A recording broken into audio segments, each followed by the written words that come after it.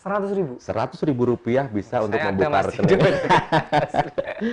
Untuk 100.000 ya? Ya, Oke. 100.000 untuk membuka rekening efek, kemudian hampir mirip seperti membuka rekening di bank. Cuma Syaratnya sama syaratnya hampir sama. dan itu bisa dilakukan online. Itu bisa dilakukan Oke, online. ya. Dan kaum rebahan pastinya nggak Ya, kemana-mana, ya. dia bisa buka Catat ya, rekening sebentar ya efek Mas. itu. Kita fokus di sini dulu. 100.000, teman-teman bisa ya. Mencoba itu dalam konteks sebenarnya jangan, kalau sebaiknya idealnya jangan mencoba-coba tok gitu ya. Ya. Tapi memang ada ketetapan hati tadi. Iya. 100.000 buka rekening dulu lah ya. Kemudian habis itu cari info-info atau langsung ke kanalnya BI Yogyakarta. Ada Ya. di mana Mas? Kira-kira? Kita ada di Instagram Ya. @idx_Yogyakarta. Oke. Itu Instagram, terus di website juga ada ya? Di website ada, kita www.idx.co.id. Ya. Atau sebaiknya bisa kalau ini nerima kunjungan nggak sih selama pandemi? Selama pandemi memang kita batasi, cuman ya? monggo aja kalau memang mau Ya. berkunjung di kantor kami. Tentunya Bisa dengan progres janjian. yang ketat ya. Iya. Silahkan nanti 100.000. Oke, kita lanjutkan Mas. 100.000 saya udah punya rekening efek. Terus selanjutnya apa yang harus saya lakukan?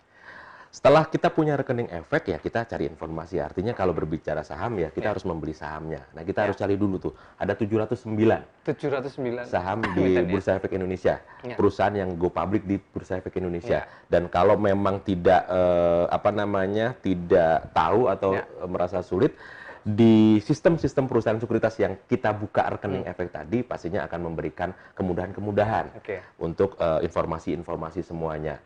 Dari mulai laporan keuangannya seperti apa, terus perusahaan ini ke depan inovasinya akan seperti apa. Nah, itu ada semua tuh di sistem itu.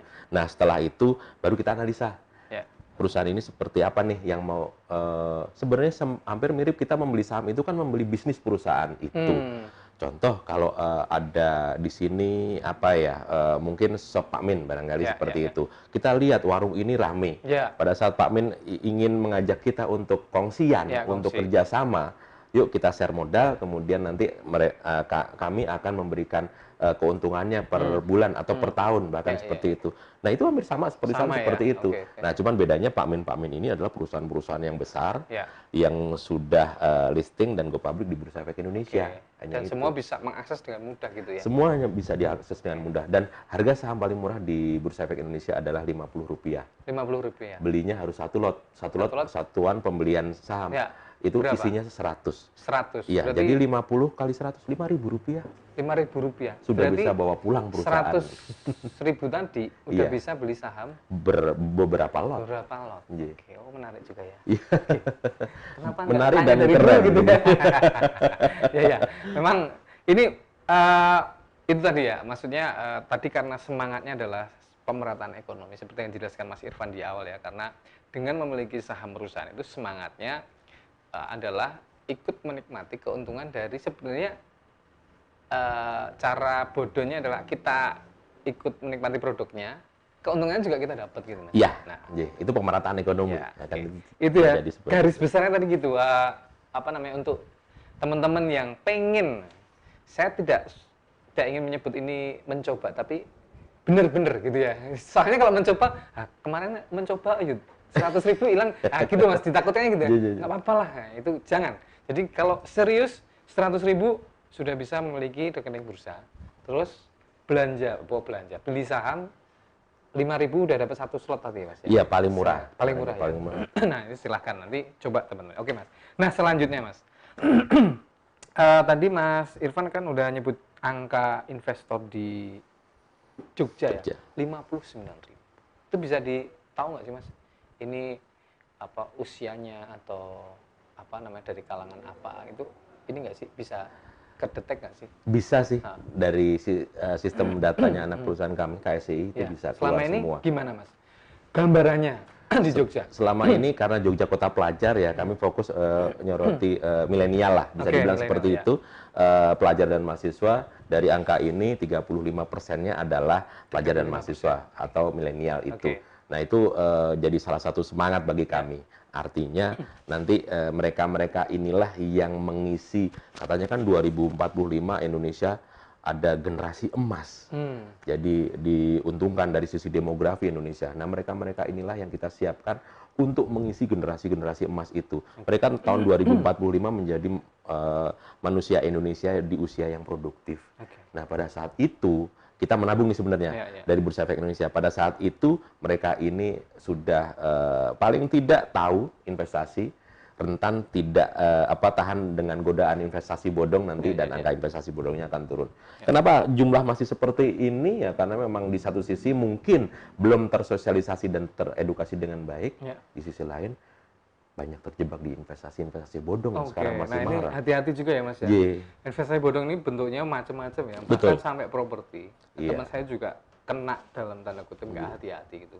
Akhirnya dengan beragam dikemas sedemikian rupa orang ini tergiur dan angkanya biasanya Mas yang saya temui itu yang kena itu nggak cuma jutaan tapi bisa ratusan sekali kan.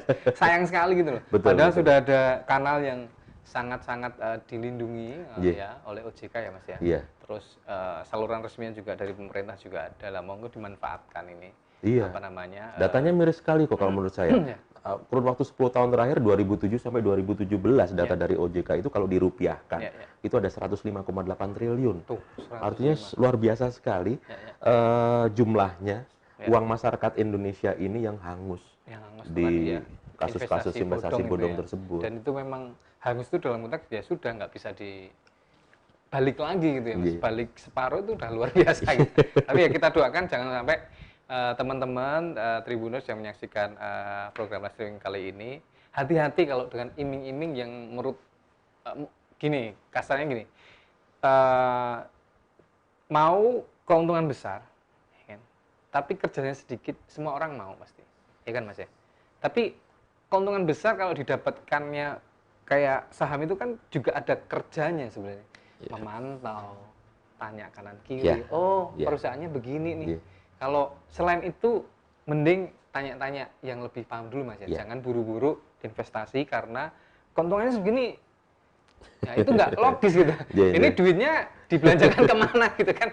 Itu aja sudah pertanyaannya Mas ya. Nah, kadang-kadang harus hati-hati juga. Indonesia memang, mohon maaf nih, saya bilang masyarakat Indonesia senangnya instan. Nggak senang dengan prosesnya. Cukup mie aja Mas ya, jangan yang lain gitu. Karena itu nikmat banget.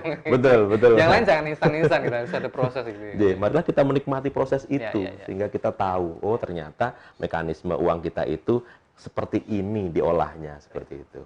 Mas kita unjuk dulu. Ini juga proses Mas. Dari nanam teh ya, dipetik, kan? Disajikan ke sini ini proses yang panjang. Harus kita syukuri gitu. Terima kasih nih nikmat. Oke. Silakan admin tolong di capture kalau ada pertanyaan-pertanyaan sebelum kita nanti ke sesi terakhir ini. Mungkin bincang bisnis kali ini bisa kita lanjutkan di lain hari Mas, supaya ada kelanjutannya gitu ya. Dan saya penasaran, kan biasanya kalau sistem-sistem bisnis ya dikasih dulu nih, ini loh sosok yang sukses ini. Nah, di BI sendiri ada nggak contoh yang sukses di Jogja dari perjalanan kan ada biasanya ini terkenal nih, oh ini pemain pasar modal yang oke nih, bisa jadiin contoh. Artinya dalam konteks positif ya. Nah ini di Jogja seperti apa?